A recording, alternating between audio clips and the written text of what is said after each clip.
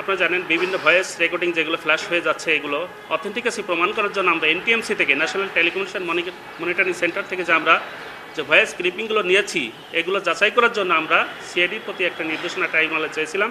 Tribunal সেটাও আমাদের মঞ্জুর করেছেন। শেখ হাসিনা সহ অন্যান্য যাদের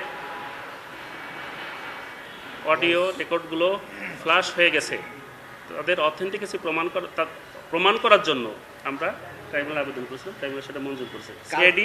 সিআইডির প্রতি চেয়েছি স্পেশালি এবং সিআইডি সহ সংশ্লিষ্ট অন্যান্য যে সংস্থা আছে তাদের প্রতি নির্দেশনা দিয়েছেন।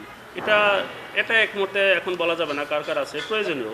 আমরা বিভিন্ন জায়গায় বিভিন্ন অনলাইন ফোরামে অনেক রকমের ভয়েস রেকর্ড পাচ্ছি এবং যে ভয়েস রেকর্ডগুলোর সূত্র, জিও লোকেশন এবং কণ্ঠের দ্রুত টোন এবং ইউনিকনেস যেটাকে আমরা ডিএনএ বলি সেগুলো সঠিক কিনা কিংবা সাবেক প্রধানমন্ত্রীর ভয়েস কিনা এই সংশ্লিষ্ট বিষয়ে আমরা কোর্টে নির্দেশনা চেয়েছি।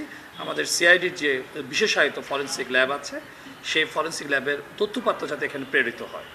জি, সেগুলো আছে এবং আমাদের আলামত এবং জব্দকৃত যে সকল মুঠোফোন আছে সেখানে বেশ কিছু নির্দেশনা আমরা পেয়েছি। সেই নির্দেশিত ভয়েসের সত্যতা যাচাইয়ের জন্য অকাট্য দালিলিক প্রমাণের জন্য আমরা আসলে ফরেনসিক করতে চেয়েছি। সঠিক প্যাড আর সঠিক তথ্য দিয়ে এসব সামলে নিব এক হয়ে।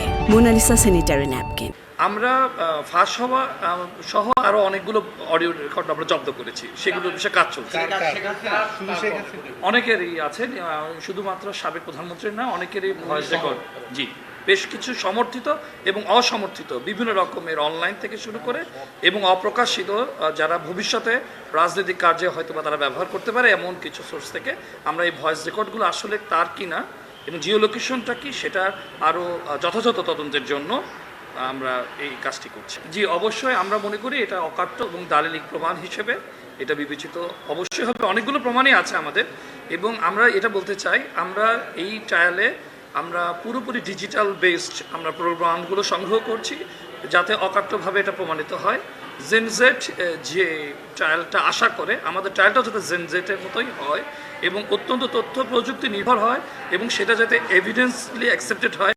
কেউ যেন অন্য কোনো অর্থে অন্য কোনোভাবে এই উপাদানকে প্রশ্নবিদ্ধ না করতে পারে এর জন্য আমরা সোচ্চার আছি এবং এটা একটা অকাট্য প্রমাণ এবং সত্য। জি, আপনাদের কথাতে বলতে চাই বাংলাদেশে সিআইডিতে সহ আরও বিশেষায়িত ইউনাইটেড সারা আন্তর্জাতিক কোর্টে অ্যাকসেপ্টেড আদালত গৃহীত, শুধুমাত্র লোকাল কোর্ট না, ইন্টারন্যাশনালি এই কোর্টটা যাতে এই আলামতকে গৃহীত করতে পারে, অ্যাকসেপ্ট করতে পারে সে জাতীয় সফটওয়্যার আমাদের বাংলাদেশে অ্যাভেলেবল আছে।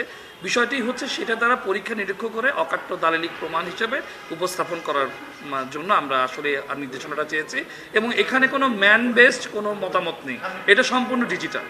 আমি মনে করি এটা একটা সিস্টেমেটিক ক্রাইম। শুধুমাত্র এটা এমন না যে মানুষ হত্যা করা হলো তা না, এভিডেন্স কিলিংয়ের কিন্তু একটা পর্যায় এখানে আছে, সেটা আলাদা একটা উপন্যাস। যে এটা এত সিস্টেমেটিক যে এমন না যে আমি ইনস্ট্যান্ট একটা মানসিক কারণে বা আদেশপ্রাপ্ত হয়ে আমি এই হত্যাযজ্ঞ চালালাম, তা নয়। এই হত্যাযজ্ঞের সাথে মানবতা বিরোধী যত অপরাধ আছে সেই অপরাধের এভিডেন্সগুলো হাইড করার জন্য মূলত সব রকমের আয়োজন সেখানে ছিল।